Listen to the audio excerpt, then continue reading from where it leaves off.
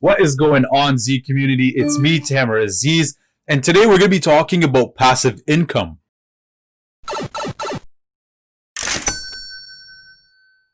So we're going to be talking about what passive income is, the truth behind it, my 3 favorite types of passive income, and how long it takes to get each of these built up. Before we start with this video, make sure you like this video, subscribe to the channel, and press that notifications bell so that you get updated with more awesome content. Passive income is also known as residual income. This type of income is supposed to come into you consistently and reliably without any interruptions. So let's explore the first stream, which is dividend investing via the stock market. I've mentioned dividend investing in so many of my videos, but I've never actually had the chance to break it down in detail. Especially if this is your first time with the Z community, dividends are basically an amount of money that a company will give you for investing with them. And keep in mind that not every company pays out these dividends. For example, Apple is a company that if you invest within their stock, they will pay you a dividend. Whereas Tesla, on the other hand, will not give you that dividend. When it comes down to dividend investing, there are 2 approaches that people usually take with this. The first approach is reinvesting these dividends back into the same stock, or using these dividends as a stream of passive income. You can only really use the second approach if you have a significant amount coming in from dividends. Usually, people will use the first method so that they can eventually build up dividend income that will replace a portion, if not all, of their current income. The time frame as to how long it'll take you to build this dividend income really depends on 2 factors, which is how much are you planning to get in dividend income and the specific strategy that you are trying to go with.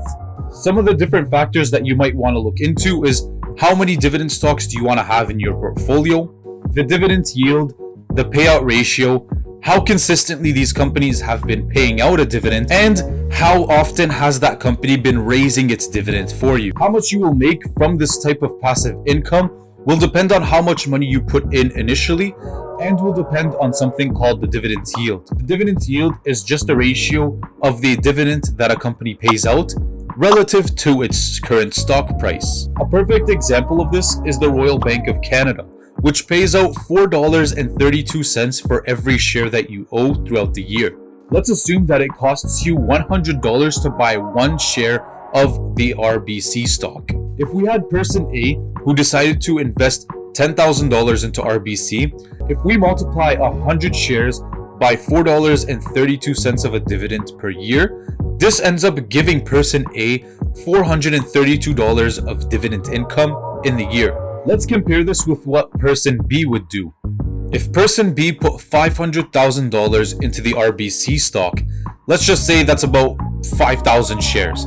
If we multiply 5,000 shares by $4.32 of a dividend, you end up getting $21,600. Putting this to scale, this is almost how much a full-time minimum wage worker would make throughout the year. That's pretty significant if you ask me. As you can see, building this type of passive income will really depend on how much you contribute to the stock, meaning that it will take a fair amount of time. The time that it'll take you to get there will depend on how big this contribution is and what your income goal is. The second type of passive income stream that we're going to be discussing is renting out properties via real estate. If the word real estate didn't make it any obvious, this is basically when you make money from becoming a landlord. And if you're paying rent right now, just imagine if the roles were reversed. The little caveat about real estate is that it takes a lot of money and a lot of effort in order to get started and start generating profits. But it is worth every second and every single penny that you put in because the results are pretty big. On top of that, it's proven to be the longest lasting source of passive income for humanity overall. But then again, this is only if you play your cards right. Now, before we talk about the time frame, I want you to keep one thing in mind. And when we talk about becoming a landlord, it doesn't have to be specifically for somebody to live in. This can also be in the form of commercial or industrial real estate. Industrial properties are for companies that usually manufacture or make goods. A perfect example of this would be a company like 3M. which is that company that makes super random stuff that you find at the grocery store. Basically, you can rent it out to companies like these so that they can actually use your space to make money. Being a commercial real estate investor, you could be renting out your properties to big organizations that need office spaces or even startups. So how long does it take to build passive income from real estate? This will really depend on how much money you start with and how fast you can start generating enough income so that you can build it up to a specific goal that you have in mind. The special thing about real estate that makes it stand out to a lot of people is the amount of money that is put into it.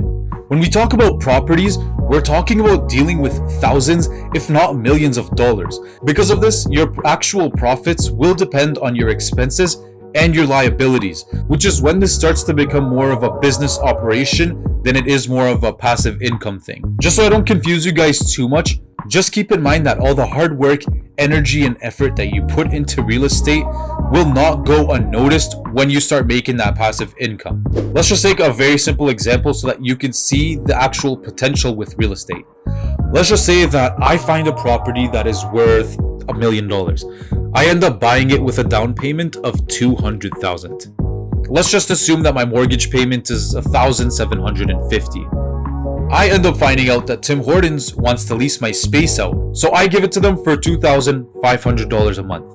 Doing a very simple calculation, I find that I profit $750 from this transaction. And just a disclaimer so that I don't get electronically attacked, keep in mind that this is not factoring all the expenses and all the liabilities. So chances are you're not actually going to be walking away with that full $750. The point that I'm trying to really make here is the more experience that you have, the more profits that you're going to be getting. And the last of my favorite passive income streams, cashback credit cards. And also, before we start talking about this, please keep in mind that I am just a random dude on the internet. I am not a financial professional, so anything that you hear or see in this video, you should definitely consult with a financial professional first. So without further ado, you're probably really intrigued that I said cashback credit cards, because in your head, you're thinking, wait, how can cashback credit cards be a form of passive income? Like, it doesn't make any sense. Well, hear me out. Let's not shy away from the fact that each and every single one of us has monthly expenses that we need to spend on, or else we're screwed. Most of us just spend the money without really getting any benefit. And yeah, sure, you might get a bonus like 20 air miles, but good luck spending $30 million before getting your free flight. By choosing your credit cards wisely, you can actually make up to $2,400 of extra money every single year by using this tactic. And this is just based off expenses that will cost you $2,000 every month. And keep in mind that this $2,400 maximum is if you find yourself a credit card that gives you 10% in cash back every year. I'm not even joking. There are some credit cards out there that are giving a bonus of 10% in cash back for like the first 3 or 4 months of spending. So you've been warned there might be some credit card churning in the process. And in case you don't know what credit card churning is, this is basically opening and closing accounts so that you take full advantage of the benefits that they offer you. Most of the time, you don't even have to close the credit cards because it'll just add to the strength of your credit score. Just so that we don't lose track of what I'm talking about, the cashback that you will be getting from these credit cards won't necessarily be passive income. If anything, they will actually be used to speed up building up your passive income. This is what I mean with a little bit of an example. Let's just say that you contribute $500 to your dividend portfolio every single month. Adding that up to a year, you are basically contributing $6,000. Now let's say that you're using a cashback that gives you 5% on all your purchases. The cashback that you will be making from this credit card will be $1,200. This amount of money you would back into your dividend portfolio to speed up the process of you building your passive income stream. It might not seem a lot to you with the $1,200. You're probably just thinking, oh, like that's literally nothing. But when you do the calculations, that's about 20% of the contributions you've already been making. And it's all at the cost of just paying your regular expenses. So rather than giving you a time frame as to how long this will take you to build, I'll give you some factors as to what you should consider before actually doing this strategy. The first factor that you want to take into consideration is the annual fee of the credit card. It shouldn't be too hard to find a credit card with no annual fee, but I've personally found that with experience, annual fees on a credit card will usually equal to a higher cashback percentage. Some of these bonus offers actually include waiving off that annual fee for the first year, which is when you take full advantage of that card's benefits. Another very important factor to consider is the percentage that they give you on specific purchases, because it's very hard to find one credit card that will give you a set percentage on all of your purchases. You want to try to mix and match between the different credit cards. For example, you might find a credit card that gives you 4% on gas and groceries and 1% on everything else. This is when you try to find another credit card that matches up with the rest of your expenses for the month.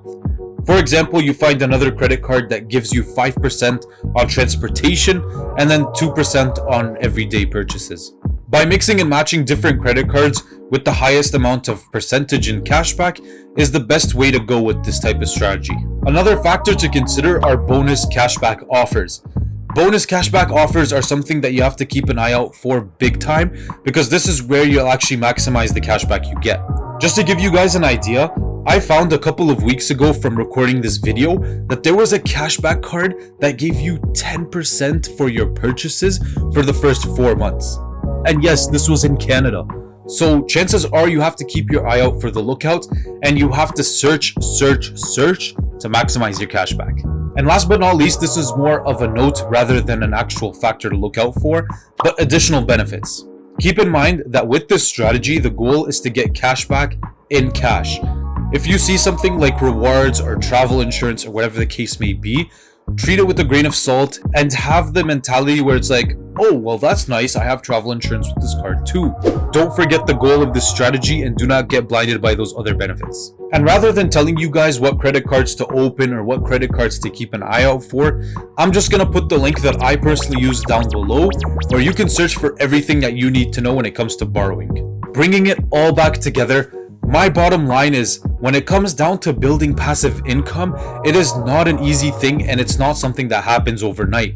You usually have to put a lot of time, energy, and money in order to build these passive income streams up. But Z community, I know that you're all a bunch of hardworking individuals, so let me know what income streams you guys have going on right now in the comment section down below. Once again, Z community, thank you guys for watching. This is me, Azizz, signing out. Peace.